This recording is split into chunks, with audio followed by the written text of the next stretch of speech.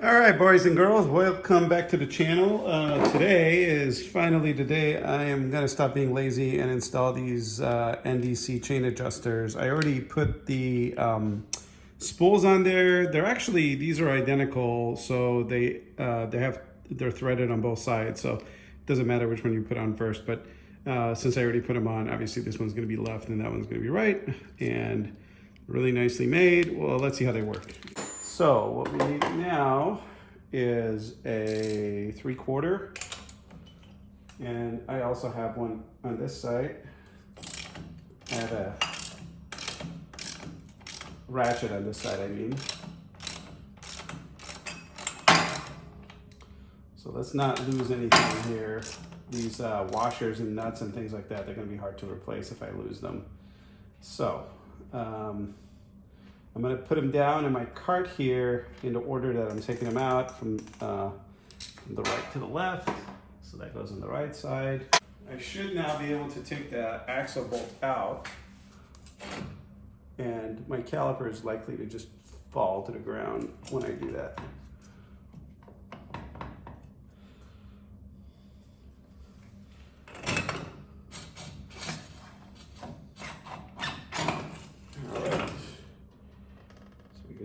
That there. Put the axle bolt down, and we should be able to pull these guys right out. There they are.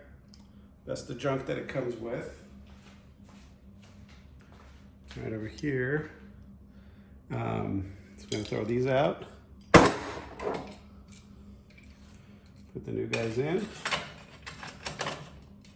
So with this, it's actually a pretty neat mechanism. When you loosen this top guy with a number 4mm, you see it recesses into this little cavity. But when you tighten it, it comes back up, and that's what will hold it against the interior of that steel swing arm. So there we go.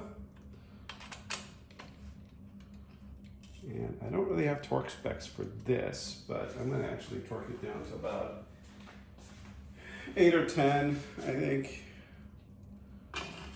foot-pounds.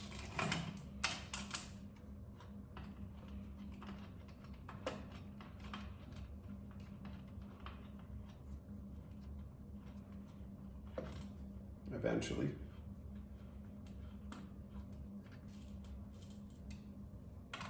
For now, I'm just gonna give it a good wrench. I'll look up to see what it says. There might be some torque specs there. So there's plenty of grease still on this axle bolt, but yeah. So I'm just gonna use that. This is going to be the trickiest part, because there's this guy that's in there, and now I don't actually know which way that goes in. This little spacer. And there's one on this side too. Now that it has fallen out, although it actually looks symmetrical, luckily. Does it? This is what fell out. This little spacer. And actually, I mean, it kind of looks symmetrical. It's a little dirty, but let me go wash it and come back.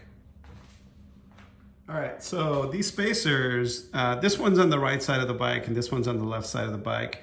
This one looks more or less symmetrical, but this one is obviously not. So the narrower end, in case you take it out and you forget which side you took it out of, this narrower end points to the outside. At least that's the way it was installed on my bike. So hard to say if whoever installed it last did it correctly, but bike's been running fine. So this one though looks symmetrical on both ends. A little bit more chamfered on this side. So I'm just going to put the more chamfered side on the inside. Yeah, that's what I'm gonna do. You can do whatever you want.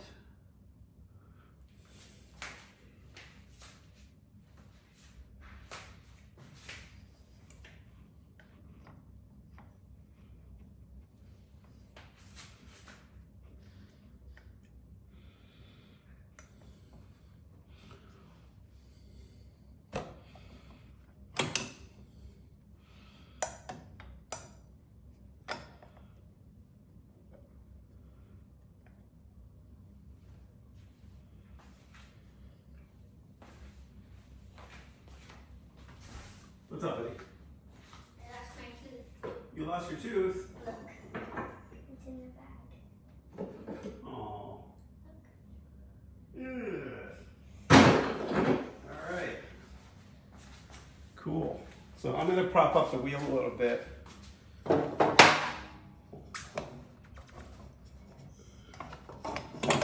So that it's at the right height.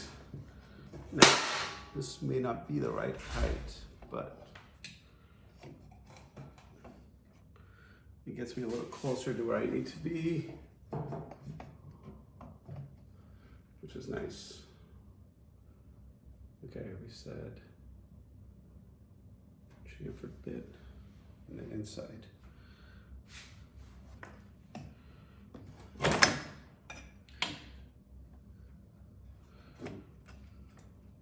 This is by far the biggest pain in the ass of doing this job.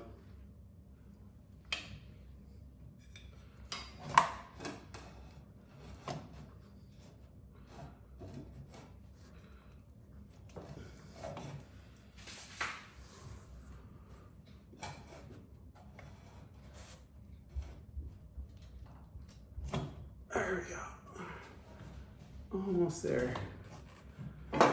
Oh, okay, so one thing I'm noticing is the chain adjuster is actually currently adjusted to a pretty far back position on both sides, which is gonna make it a little bit more difficult for me to put this in. So I'm actually gonna adjust it further in.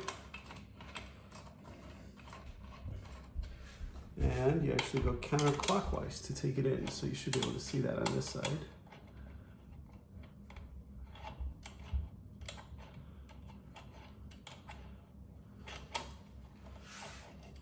All right, let's see. That's a lot more like it.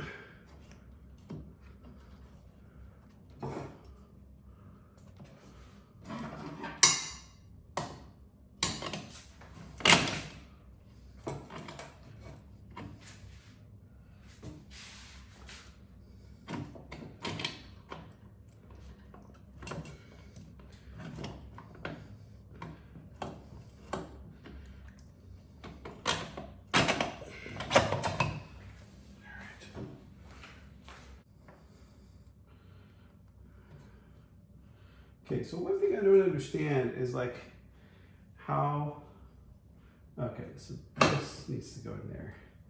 So the caliper has a little tab that falls into, like there's a little groove inside the frame that falls in there, and that's kind of its positioning that it has. So that's good. All right, great success. All right, the pain is over for the most part. Once you get past that stage, it's just a matter of tightening this guy back up. And that goes to 44 foot-pounds, I believe. Okay, so before I really go to town on this, I just want to make sure that the chain is actually adjusted correctly. And it is not. So let me go ahead and now put these chain adjusters to test, which basically means I have to loosen this back up again. You don't want it too loose necessarily, just but loose enough for that wheel to move freely. And that's really kind of what's nice about this adjuster. So my chain is super loose. I'm gonna go pretty much as far back as this thing is gonna go, I think, unfortunately. I may have to remove a link from this chain soon. It's kind of the whole reason I bought this chain adjuster, is so that, oh, actually, you know what? I got plenty of room. So if I go to this position here, I'll get the camera a little close for you guys so you can see what I'm doing. So you want your chain, it actually tells you right over here, you want the travel between the two, the top and bottom, I guess, like when you move the chain up and then move the chain down, you want that travel to be 1 3/8 inch. So let's see where we are. Super tight right now. That's not where we want to be. So let's try to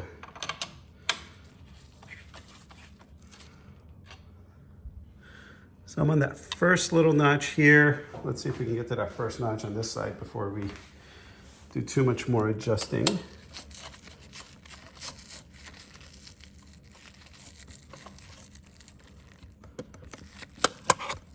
All right, let's see how that feels.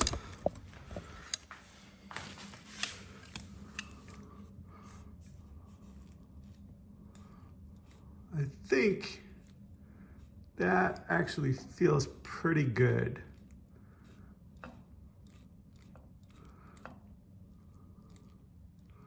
I'm just eyeballing it, but you know, it's kind of hard to measure 1 3/8 on a free play. So that's pretty good. And as you can see, let's see here. You see that first notch that's showing right there? Let's check it out on the other side.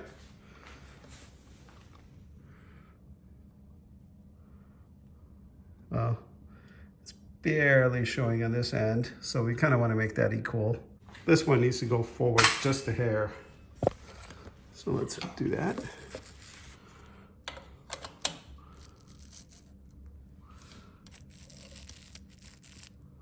Yeah.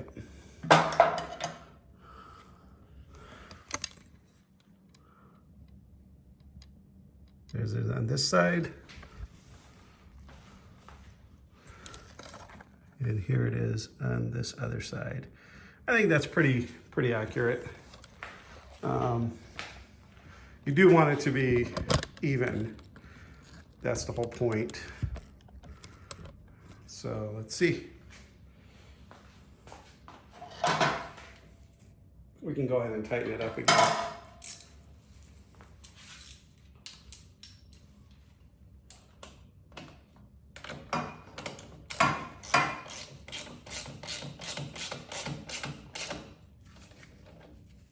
All right, so now let's see if we can get this to 44 foot-pounds. All we should have to do, hold this end here so it doesn't move, and then move this guy.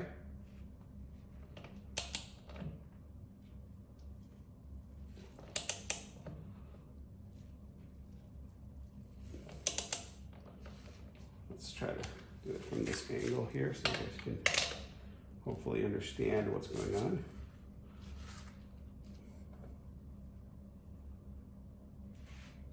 There it goes.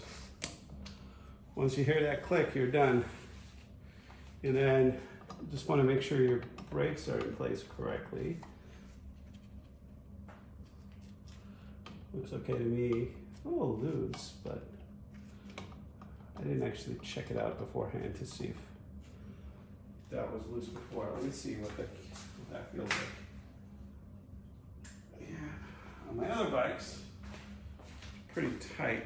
So I wonder if these calipers are just put on incorrectly and they're loose.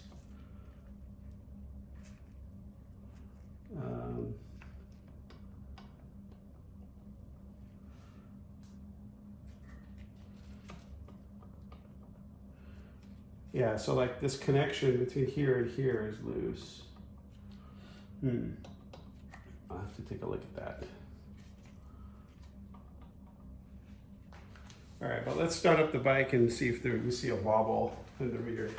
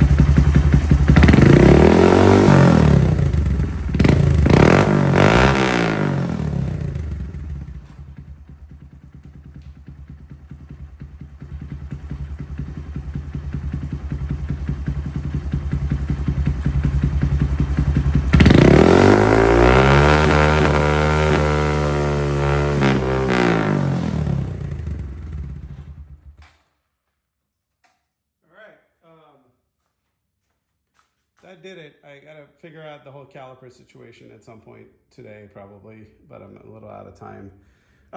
Pretty easy install, guys. I mean, and you saw how easy it was to adjust my chain after I had that. This was just a piece of junk, really.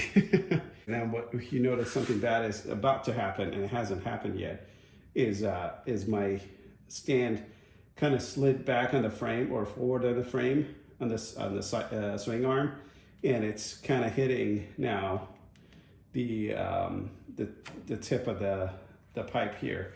So that's another reason why I installed this whole setup, is so that I can have the bike on the spools. So let me get it down and I'll show you guys.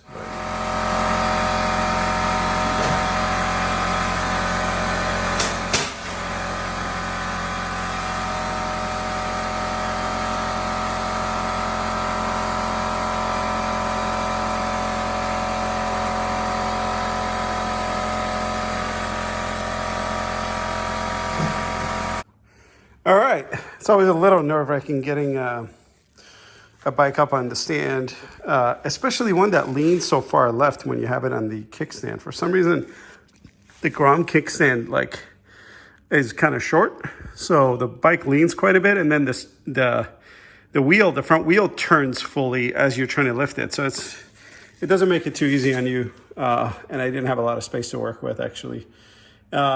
I need to adjust this guy a little bit, but you get the idea. That's what the spools get you, that you can't really do any other way. You can do it on the swing arm as I showed you, but then that has the danger of slipping back and forth because that rubber is kind of slippery, especially with a bike that's so light. Anyway, I hope you enjoyed the video. If you have any questions or comments, let me know. And let me know if your brake caliper is a little loose like mine. That's very unnerving. I don't think it's supposed to feel that way. I don't know if I did something wrong, but I'm sure you'll tell me. I'll have to figure out which one of these actually would tighten it. There's a nut right there. But really, that's kind of all I see right now. So I don't know how that's supposed to tighten. And yeah, let me know. Let me know what you got. Hopefully you enjoyed the video, and maybe this helped you make your purchase decision on this NDC chain adjusters. I am a big fan of these right now. It only took me just a minute to get my chain fully adjusted correctly. And let's just check it out. Yeah, that is on point. Just about 1 3/8 inches. Cool. Thanks, guys, for watching. Leave your comments below. Any suggestions for other videos you want to see with the Grom or any other bike or car.